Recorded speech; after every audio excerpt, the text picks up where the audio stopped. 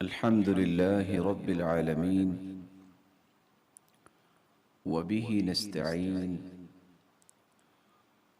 والصلاة والسلام على أشرف الأنبياء والسيد المرسلين وعلى آله وصحبه أجمعين أما بعد فأعوذ بالله من الشيطان الرجيم وَلَقَدْ كَتَبْنَا فِي الزَّبُورِ مِنْ بَعْدِ الذِّكْرِ أَنَّ الْأَرْضَ يَرِثُهَا عِبَادِيَ الصَّالِحُونَ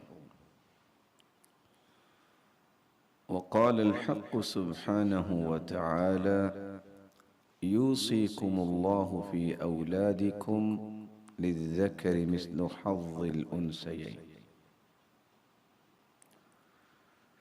سامعین مکرم،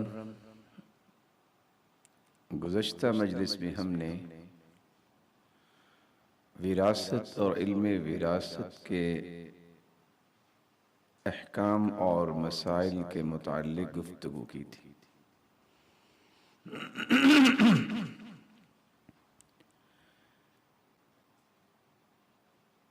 جس گفتگو کو ہم نے 7 نکات کی روشنی میں پیش کیا تھا،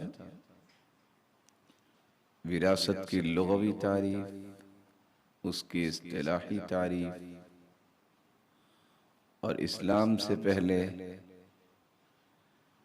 جاہلیت کے اندر جو نظام وراثت تھا عربوں کے ہاں، پھر یہودیت اور عیسائیت کا نظام وراثت کیا تھا، اور اسلام نے ایک مثالی نظام وراثت کون سا متعارف کروایا،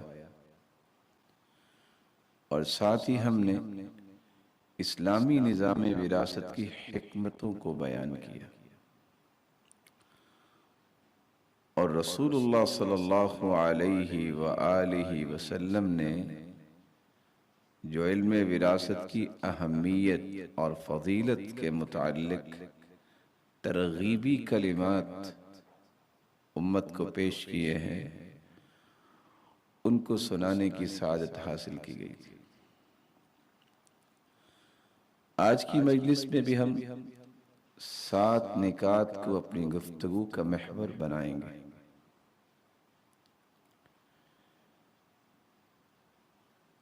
جن 7 نکات میں سے پہلا نکتہ وراثت کے ارکان کون سے ہیں، پھر وراثت کی شروط کیا ہے، اور تیسرا نکتہ وراثت کے اسباب کیا ہیں، اور چوتھا نکتہ وراثت کے موانع کیا ہے، یعنی کون سے ایسے حالات ہیں کہ انسان وراثت سے محروم ہو جاتا ہے، اور پانچواں نکتہ شریعت نے وراثت کا حقدار کس کو بنایا ہے، یہ حصے کن لوگوں میں تقسیم کیے جائیں گے، اور چھٹا نکتہ کہ اگر ورثاء کو وراثت سے محروم کیا جائے تو اس کا انجام کتنا برا ہے، اور 7واں نکتہ وراثت کی تقسیم کے متعلق معاشرے کے اندر جو غلطیاں کی جاتی ہیں ان غلطیوں کی نشاندہی کرنا ضروری ہے تاکہ انسان بچ سکے۔ تو ہم اسی ترتیب سے آج ان 7 نکات پر گفتگو کریں گے۔ سب سے پہلا نکتہ وراثت کے ارکان۔ وراثت کے بنیادی طور پر 3 ارکان ہیں۔ اگر ان تینوں ارکان میں سے کوئی بھی ایک رکن معدوم ہو جائے تو وراثت تقسیم نہیں ہوتی۔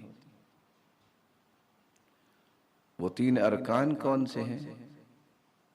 مورث، وارث اور ارث۔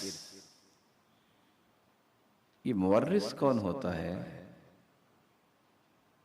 اور وارث کون ہوتا ہے اور ارث کسے کہتے ہیں؟ مورث وہ شخص ہوتا ہے جو فوت ہو گیا، جس کی آگے وراثت تقسیم ہوگی، اور سادہ مفہوم وارث کا یہ ہے جو وراثت لینے والا ہے، اور ارث کا مفہوم یہ ہے میراث اور ترکہ، جو وہ مال و دولت یا جائیداد چھوڑ کے گیا ہے جس کی تقسیم کی جائے گی۔ تفصیل یہ ہے،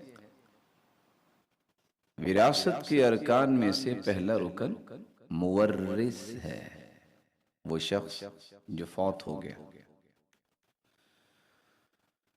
اس کی وفات حقیقی ہو یا حکمی ہو یا تقدیری ہو، اور وہ اپنے بعد کوئی مال چھوڑ کر گیا ہے، وہ مال و زر کی شکل میں ہو یا جائیداد کی شکل میں ہو یا حقوق کی شکل میں ہو۔ آپ نے 3 لفظ سنے کہ اس کی موت حقیقی ہو یا حکمی ہو یا تقدیری ہو۔ اس سے کیا مراد ہے؟ حقیقی موت سے مراد یہ ہے جس کا ثبوت مشاہدے پر مبنی ہو، شہرت پر مبنی ہو، 2 عادل گواہ اس کی گواہی دے دیں، کسی بھی معتبر طریقے سے اس کی موت کی اطلاع انسان کو ملے۔ اب مشاہدہ کیا ہے؟ ایک شخص نے دیکھا ہے کہ ایک انسان فوت ہو گیا ہے، اس کو غسل دیا گیا ہے، اس کا جنازہ پڑھا گیا ہے، اس کی تکفین و تدفین ہوئی ہے، تو یہ حقیقی وفات اور حقیقی موت ہے کہ واقعتاً وہ شخص فوت ہو گیا ہے جس کی آگے وراثت تقسیم ہوئی۔ اور حکمی وفات سے مراد یہ ہے کہ ایک شخص لاپتہ ہو گیا جس کو مفقود کہا جاتا ہے، شریعت بھی کہتی ہے 1 سال انتظار کیا جائے مفقود کا، عدالت یا قاضی یہ فیصلہ سنا دیتا ہے کہ اب اسے مردہ متصور کیا جائے، اس کی جائیداد بھی تقسیم ہوگی اور اس کی بیوی بھی آگے نکاح کر سکے گی۔ تقدیری موت سے کیا مراد ہے؟ تقدیری موت سے مراد یہ ہے کہ ایسا جنین کہتے ہیں جو شکم مادر میں بچہ ہو، ابھی پیدا نہیں ہوا اور اس میں روح پھونکی جا چکی ہے،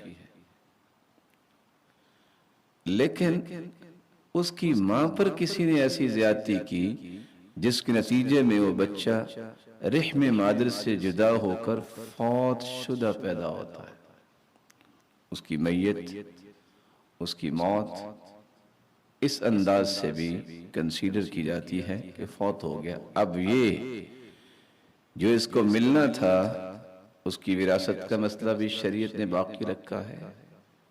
اور یہاں رک کر یہ بات میں کہنا چاہوں گا کہ وراثت کے مسائل میں اسلام نے کس قدر گہرائی اور ڈیپتھ پہ جا کے انسانیت کی رہنمائی کی ہے کہ انسان کا تصور اور سوچ بھی وہاں تک سفر نہیں کرتی۔ اب سوال یہ ہے کہ مورث جس شخص کی وراثت کو تقسیم کیا جائے گا، جو وارث بنانے والا ہے، فوت ہو گیا ہے، کیا وہ اپنی زندگی میں بھی وراثت کو تقسیم کر سکتا ہے؟ یہ عموماً سوال اٹھایا جاتا ہے۔ تو یاد رہنا چاہیے کوئی بھی مومن اپنی زندگی میں وراثت تقسیم کرنے کا مجاز نہیں، بلکہ بعض علماء نے، جن میں سے شیخ محمد بن صالح العثیمین بھی ہیں، وہ کہا کرتے تھے کہ زندگی میں وراثت تقسیم کرنا یہ بے وقوفی اور حماقت کے مترادف ہے۔ اب سوال یہ ہے کہ اتنی بڑی بات انہوں نے کیسے کہہ دی جبکہ معاشرے میں دسیوں ایسے افراد موجود ہیں جو زندگی میں ہی وراثت کو تقسیم کر دیتے ہیں؟ اس کا جواب یہ ہے کہ وراثت کی تقسیم کا پہلا رکن یہ ہے مورث کی موت، جس کا ابھی تک تحقق نہیں ہوا. جب تک اس وراثت کے مالک کی زندگی ہے اس وقت تک کیسے تقسیم ہوگی؟ وہ مالک ہے. وراثت کی تقسیم تو مورث کی وفات کے بعد ہوتی ہے، اور جب تک وہ زندہ ہے یہ رکن ہی پورا نہیں ہے.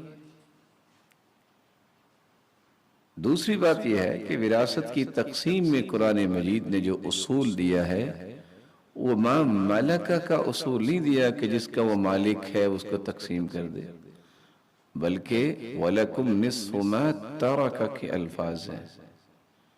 جو چھوڑ کے گیا ہے، ابھی تو اس نے چھوڑا ہی نہیں ہے، وہ زندہ ہے، تو کیسے تقسیم ہوگی؟ مِمَّا تَرَكَ الْوَالِدَانِ، والدین جو چھوڑ کے گئے ہیں اگر وہ زندہ ہیں تو کیسے تقسیم کریں گے؟ ایک تیسری وجہ بھی ہے کہ زندگی میں اگر جائیداد کو تقسیم کر دیا جائے تو اس کا نقصان یہ ہے. آپ نے تو زندگی میں ہی اپنے 4 سے 6 بچوں میں وراثت تقسیم کر دی، ان میں سے ایک بچہ فوت ہو گیا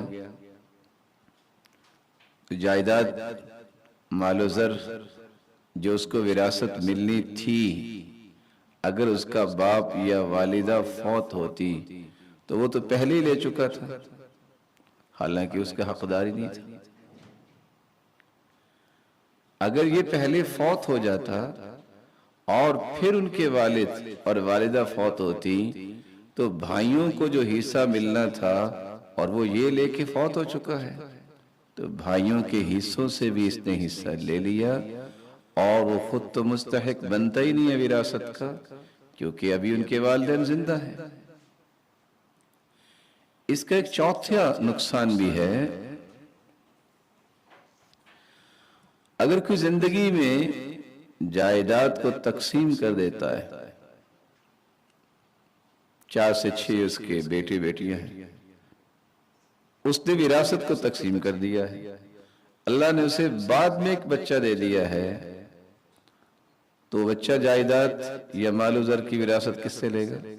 وراثت تو تقسیم ہو چکی، گویا کہ اسے محروم کیا جائے گا. اس کا ایک 5واں جواب بھی ہے جو یاد رہنا چاہیے. اللہ کے رسول صلی اللہ علیہ وسلم نے امت کو رہنمائی دی ہے ان ارد الى ارذل العمر، بڑھاپے کی زندگی محتاجی کی زندگی ہوتی ہے، الا من رحم ربی. یہی شخص جو زندگی میں ہی وراثت کو تقسیم کر بیٹھا ہے اسے بڑھاپے، بیماری اور اسی طرح محتاجی کے ایام دیکھنے پڑتے ہیں، اور اس بیماری کے علاج معالجے کے لیے اسے ہزاروں اور لاکھوں کی ضرورت پڑتی ہے، تو کہاں سے لے گا؟ جو خود مالک ہے اور اپنے ہاتھ سے تقسیم کر چکا ہے اب وہ کس کے گھر جائے گا؟ کیا شورٹی ہے کہ کون اس کا علاج کروائے گا؟ اور زندگی میں ہی وراثت کو تقسیم کرنے والوں کو یہ پوچھنا چاہیے کہ ان کے پاس کیا دلیل ہے کہ ماں باپ میں سے ہی کوئی پہلے فوت ہوگا، اولاد نہیں فوت ہوگی. کیونکہ اولاد تو تبھی وارث بنیں گی جب ماں باپ دنیا سے چلے جائیں گے. بس اوقات اولاد پہلے چلی جاتی ہے. اس لیے زندگی میں وراثت کو تقسیم کرنے کے بارے میں یہ بات یاد رہنی چاہیے، اس میں شرعاً اور اخلاقاً بہت ساری ایسی قباحتیں موجود ہیں، اس لیے زندگی میں وراثت تقسیم نہیں کی جاتی.